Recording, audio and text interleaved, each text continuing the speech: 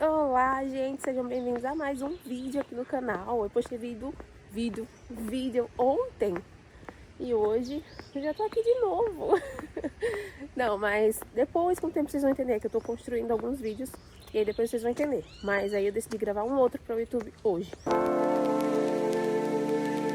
Existe um foco aqui no canal, né, que é de mostrar a cidade e mostrar custo de vida e os eventos e falar sobre o meu trabalho.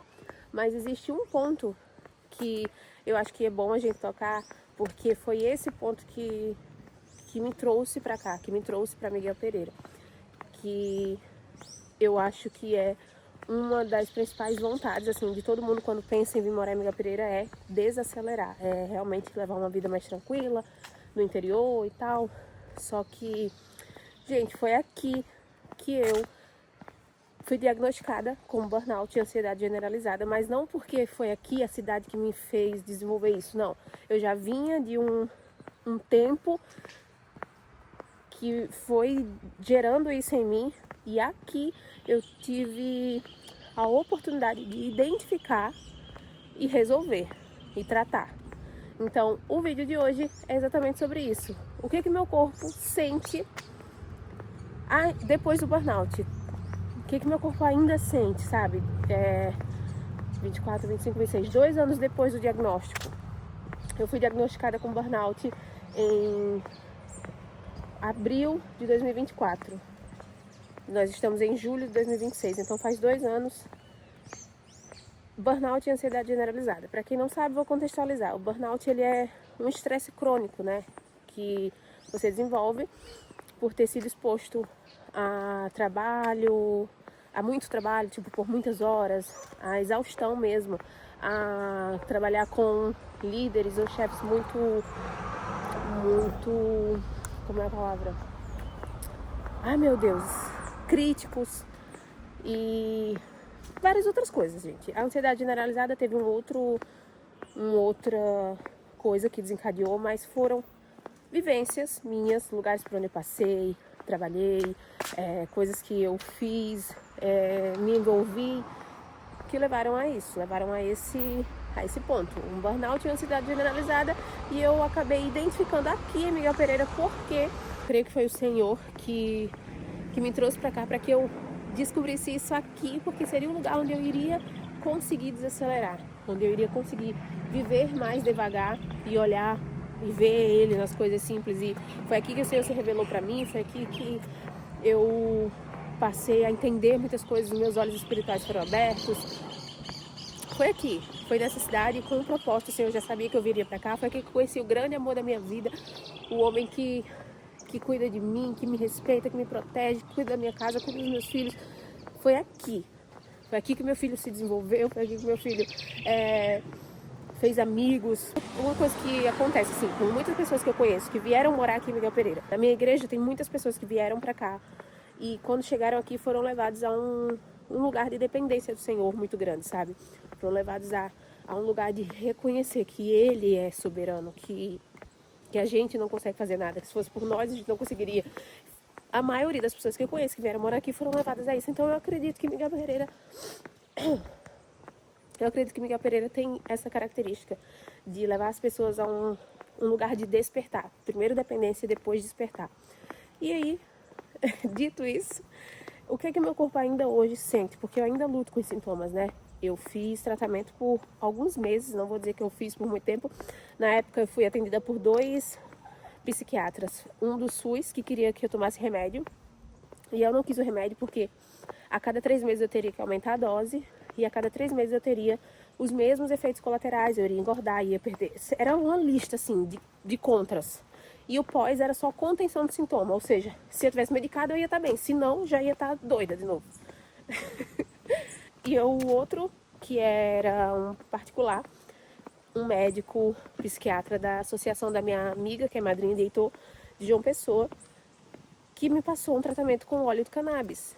E foi o que me ajudou muito, assim, que de fato ele me explicou esses bips na sua mente. Eu não sei se você sente isso, mas tipo assim, quando eu abria o olho, era como se tivesse vários bips na minha mente. Pi, pi, pi, pi, pi, pi. de várias coisas que eu tinha pra fazer. O que eu tenho pra fazer hoje? E aí já vinha tudo na minha cabeça, assim, o que eu tinha pra fazer. E ele me explicou que esses bips, como se fosse um bip de UTI, né, me apressando, me acelerando, é a ansiedade generalizada. E com o tempo, o óleo, ele ia não só conter os sintomas, ele ia ter um efeito de cura. É a longo prazo, é mais demorado do que o remédio, né? Até porque o remédio ele não vai curar, só vai conter os sintomas, mas o óleo ele vai curar. A longo prazo ele vai curar. Demora mais, mas você sabe que você está sendo curado e os efeitos colaterais não existem, assim, são só efeitos bons, só coisa boa. Então aí eu optei por fazer o tratamento com óleo de cannabis, mas é um tratamento bem caro. Um óleo é 240, 250 reais, depende. Porque são 3 tipos de óleo, eu acho. Inicialmente eu comecei com um que era THC e CBD. Aí depois quando acabou o óleo dura um mês e meio, 2 meses no máximo. Depende da quantidade de gotas que ele passa. Aí depois ele já passou um que era só CBD. Então ele vai estudando assim, vendo o que é melhor. Mas a faixa de preço é essa. 200 reais. Vamos botar assim, entre 200 e 250. Aí tem o frete. Apesar de que Tainá não me cobrou o frete, né? Que é a minha comadre. Mas assim, é um tratamento caro. A cada 2 meses. Mas também eu acho que foi um pouco de desleixo meu. Eu fui deixando. E aí, saí do meu emprego, do ambiente que me adoeceu. E pensei que só isso iria resolver, né? Então hoje, o que é que eu sinto hoje ainda? O que é que meu corpo ainda sente, assim? São dias e dias, sabe? Tem dias que eu tô super bem. Uma coisa que eu percebi é que eu voltei ao normal, no sentido de aproveitar as coisas ao meu redor, assim. Antes eu ficava no ambiente, mas parecia que eu não estava no ambiente. Minha mente estava totalmente aérea, eu não via beleza, eu não via graça em nada.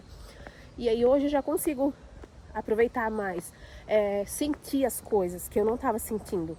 Sentir o ambiente, valorizar experiências em família e tal. E são dias e dias, como eu falei, tem dias que eu acordo tranquila, mas tem dias que o bip ainda vem, sabe? Porque se você for ver, eu não fiz todo um tratamento longo, não fiz tudo que tinha que fazer. Eu comecei e parei. E eu confiei 100% no Senhor, assim, no que o Senhor iria fazer, sabe?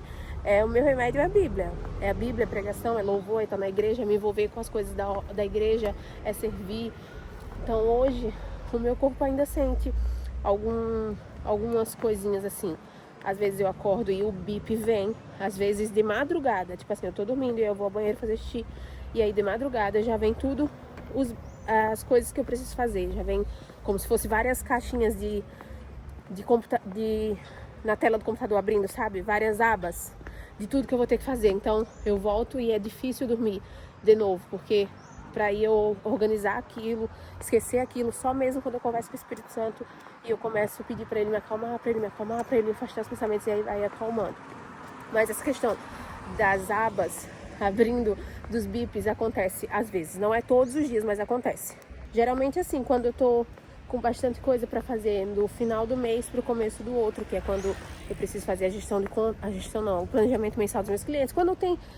Quando eu olho e vejo, nossa, tem muita coisa para fazer, aí me vem a sensação no corpo tremendo, a sensação de estresse mesmo, e de procrastinação, de tipo deixar tudo e não fazer nada.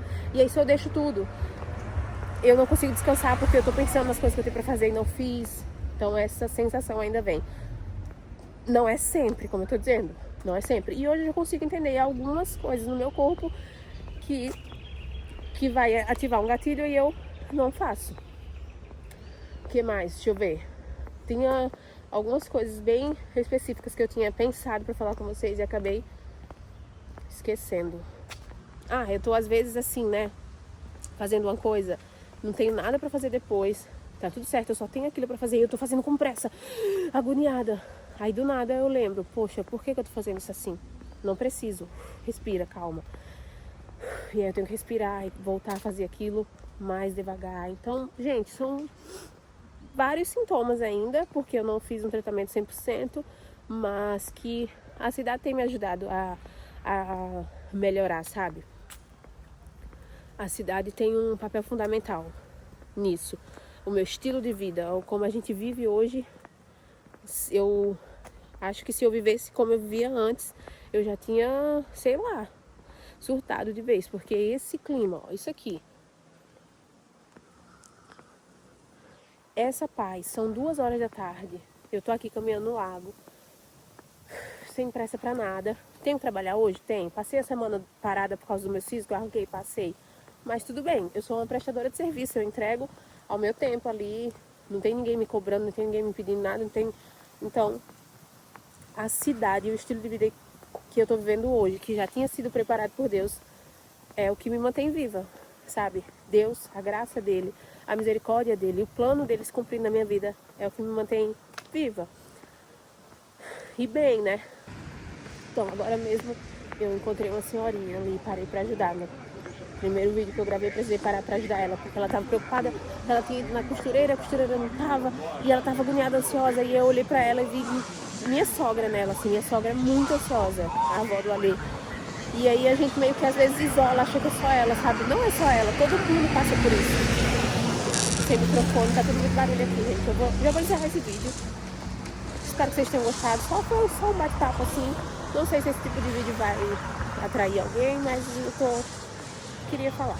E se você não é inscrito no canal, se inscreve, já deixa um gostei, compartilha com alguém que tem interesse por esse assunto, ou precisa saber desse assunto. E é isso, um beijo, até o próximo vídeo. Tchau!